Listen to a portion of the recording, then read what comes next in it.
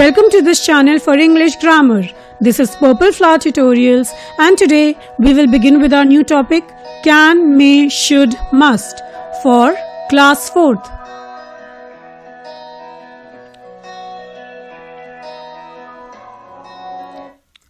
Let us begin by understanding can and cannot. Cannot, which is also called as can't.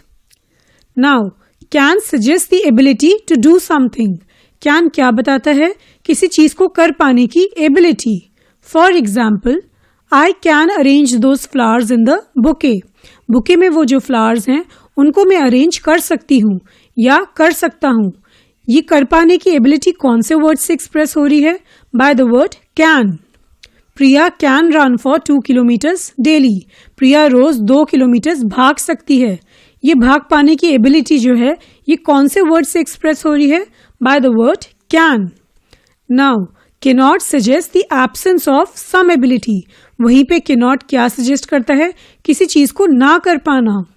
For example, Henry was born in England but he cannot speak fluent English. Henry England में born हुआ था फिर भी वो fluent English नहीं बोल पाता. ये ना बोल पाने की इनएबिलिटी जो है ये cannot वर्ड से एक्सप्रेस हो रही है. Next, the auditorium cannot accommodate more than 100 people. Auditorium 100 लोगों से ज्यादा एकोमोडेट नहीं कर सकता. ये ना कर पाने की इनएबिलिटी जो है ये कौन से वर्ड से एक्सप्रेस हो रही है? By the word cannot. Can also suggest seeking और giving permission to do something. Can और क्या सजेस्ट करता है? किसी चीज को करने की परमिशन लेना और देना. ये कैन से सजेस्ट होता है. For example, can I borrow your blue sweater. क्या मैं तुम्हारा ब्लू स्वेटर बोरो कर सकता हूँ? Now we are seeking permission and this seeking permission is being expressed by the word can. Yes, you can. Now we are giving permission that yes, you can borrow the blue sweater. So therefore can also suggests seeking or giving permission. Whereas cannot suggests refusing permission. वहीं पे cannot permission refuse करने के लिए express होता है. For example, you cannot use my calculator. तुम मेरा calculator use नहीं कर सकते. You cannot participate in the art competition. तुम आर्ट कॉम्पिटिशन में पार्टिसिपेट नहीं कर सकते. Let's move on to may and may not. May is used to seek and give permission. May भी परमिशन लेने और देने के लिए यूज होता है. तो फिर may और can में डिफरेंस क्या है? May is used in a more formal and polite way and can is used in more friendly way. हमें सेंटेंस में ये देखना है कि हम जिसको एड्रेस कर रहे हैं या जिस तरीके से एड्रेस कर रहे हैं क्या वो फ्रेंडली है या फिर वो मोर फॉर्मल या पोलाइट है. अगर तो वो फॉर्मल और पोलाइट है तो वी विल यूज मे, और अगर अब हम बात फ्रेंडली तरीके से कर रहे हैं तो we will use can. Let's take some examples for may. May I use your computer. Now we are asking in a very formal and polite manner. So we have used may. We are seeking permission here. Next we'll say, yes, you may.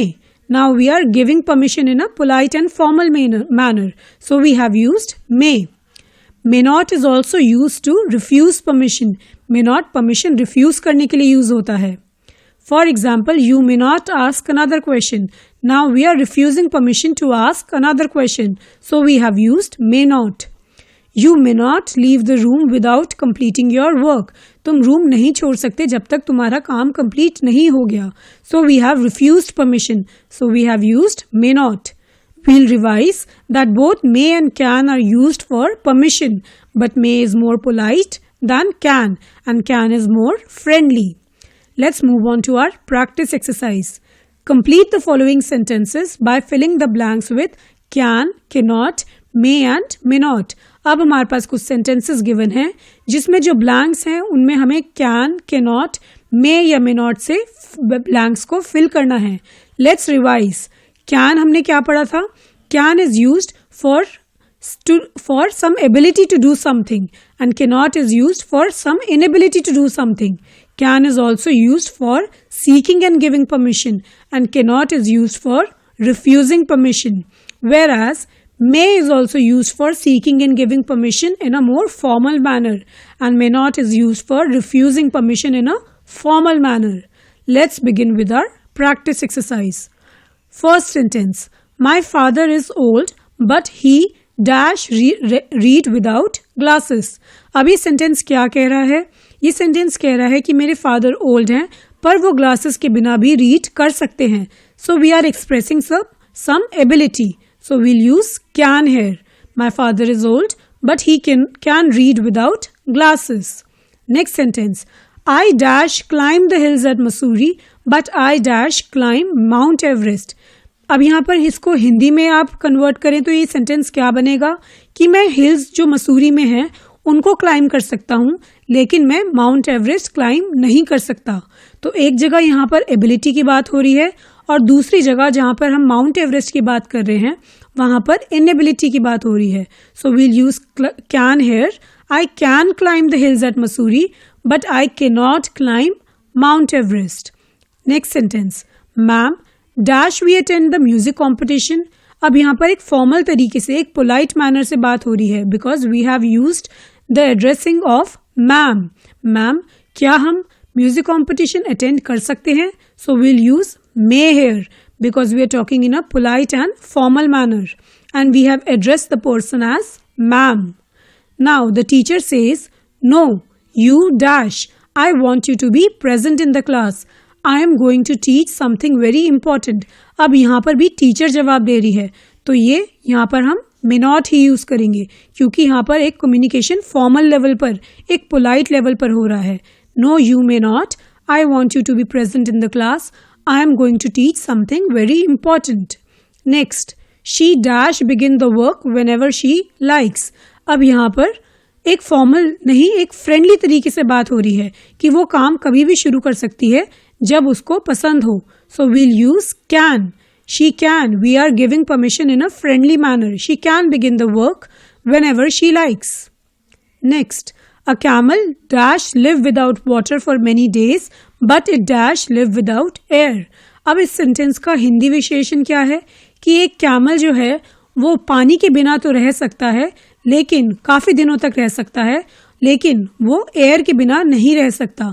तो यहाँ पर एक जगह पर हम ability की बात कर रहे हैं और दूसरी जगह पर हम इनएबिलिटी की बात कर रहे हैं। So we'll use can and cannot. A camel can live without water for many days but it cannot live without air. Next, Ria, you dash submit your project tomorrow if you haven't finished it today. Ria, तुम अपना project कल submit कर सकती हो अगर तुमने इसको आज कंप्लीट नहीं किया।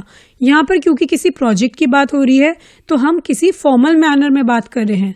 सो we'll use may. Ria, you may submit your project tomorrow if you haven't finished it today. Next, Sir, dash I use your book for learning in a better way. Sir क्या मैं आपकी book use कर सकता हूँ ताकि मैं और अच्छे से सीख पाऊँ? अब क्योंकि हम सर से एड्रेस कर रहे हैं तो यहाँ पर हम एक पोलाइट मैनर में बात कर रहे हैं। So we will use may. Now here also the sir is answering, no you dash your book explains the chapter in great detail. No you may not, क्योंकि यहाँ पर भी हम पोलाइट या एक फॉर्मल मैनर में बात कर रहे हैं कि नहीं तुम बुक को यूज नहीं कर सकते बिकॉज तुम्हारी बुक में भी चैप्टर को ग्रेट डिटेल में समझाया गया है। Next, dash I have a cup of T please. अब यहाँ पर एक फ्रेंडली मैनर में बात की जा रही है कि क्या मैं एक कप ऑफ टी ले सकती हूँ या ले सकता हूँ। So we will use can. Next we'll move on to should and should not. Should not, which is also called as shouldn't. Now, both should and should not are used to give suggestions. दोनों should और should not suggestions देने के लिए या advice देने के लिए express किए जाते हैं. For example, you should have a bath daily. You should not eat too many sweets. You will spoil your teeth. Therefore, should and should not are used to give suggestions or advice. That was simple. Now, we'll move on to must and must not. Must not, which is also called as mustn't. Must is used when it is something very important or necessary to do. कोई चीज़ जब बहुत ही important या necessary होती है करने के लिए तब हम must का use करते हैं. And must not is used when something should not be done at all. जब कोई चीज़ बिल्कुल नहीं करनी चाहिए तब हम must not use करते हैं. Now, must और should दोनों की सिमिलर मीनिंग्स होते हैं. दोनों सजेशंस और एडवाइस देने के लिए यूज होते हैं, लेकिन must is the stronger of the two. must is used when you are strongly advising or suggesting something to do or to not do. Must plus verb is equal to it is necessary. If it is not done, there will be a lot of problem. तो must हम तब use करते हैं जब कोई चीज बहुत necessary होती है. अगर वो ना करी जाए तो बहुत सारी प्रॉब्लम्स क्रिएट हो सकती हैं. और should plus verb तब यूज होता है जब कोई चीज इंपॉर्टेंट होती है. It is the right thing to do, but not necessary to do. Let's move on to our practice exercise. Complete the following sentences by filling the blanks with should, should not, must and must not. एक बार revise कर लेते हैं. should और should not suggestions देने के लिए काम आते हैं और must और must not भी strongly एडवाइस देने के लिए काम आते हैं. लेकिन must should से ज्यादा stronger वर्ड है और must तब यूज होता है जब कोई चीज absolutely necessarily करनी चाहिए या नहीं करनी चाहिए. Now we'll move on with our sentences. First sentence. It looks like it is going to rain. You dash take an umbrella with you. Sentence कह रहा है कि लग रहा है कि बारिश होने वाली है, तुम्हें अपना एक अम्ब्रेला साथ लेके चलना चाहिए. अब ये एक लाइट एडवाइस है, अगर नहीं भी लिया जाए तो भी काम चल जाएगा. तो यहाँ पर आएगा should. We dash conserve water.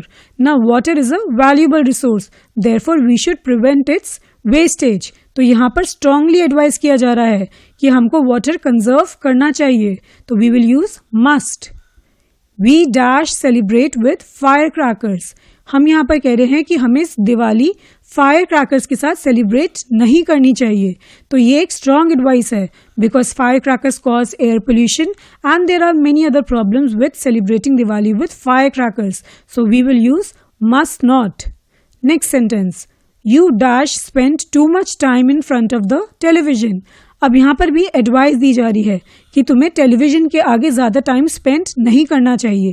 लेकिन ये बहुत स्ट्रॉन्ग एडवाइस या एब्सोल्युटली नेसेसरी कोई चीज़ नहीं है. तो we will use should not. Next sentence. You dash eat lots of fruits and salads to keep healthy. अब ये भी एक जनरल एडवाइस दी जा रही है कि तुम्हें बहुत सारे फ्रूट्स और सैलेड्स खाने चाहिए हेल्दी रहने के लिए. तो ये क्योंकि एक जनरल एडवाइस है तो यहाँ पर शुड आएगा. Next sentence. You dash return this book to the library by Sunday. अब कहा जा रहा है कि ये बुक तुम्हें लाइब्रेरी में संडे तक रिटर्न कर देनी चाहिए. Now there are certain rules in the library, so therefore this is a strong advice. You must return this book to the library by Sunday. Next sentence. The government dash make laws to reduce traffic on the roads. अब क्योंकि government की बात आ रही है तो ये एक strong advice है because there are certain laws associated with the government. So we will use must. The government must make laws to reduce traffic on the roads. Next. You have been working a long time. You dash go to sleep now. तुम काफी देर से काम कर रहे हो, तुम्हें अब सोने के लिए चले जाना चाहिए. ये एक जनरल एडवाइस दी जा रही है कि it is important that you should sleep now because you have been working a long time. तो यहाँ पर शुड आएगा. You should go to sleep now. Next. You dash violate traffic rules that may lead to accidents. Now यहाँ पर भी rules की बात हो रही है कि ट्रैफिक रूल्स वायलेट नहीं करने चाहिए क्योंकि it may lead to accidents. So we are strongly advising somebody against something. So we will use must not. Next. You dash waste too much time in chatting. तुम्हें ज्यादा time chatting में waste नहीं करना चाहिए. ये भी एक general advice है, ये बहुत स्ट्रॉन्ग एडवाइस नहीं है. तो यहाँ पर आएगा should not. You should not waste too much time in chatting. Thank you so much for watching this video. I hope आपके जो कॉन्सेप्ट्स हैं इस चैप्टर को लेके वो क्लियर हो गए होंगे. अगली वीडियो तक के लिए टेक केयर. Good bye.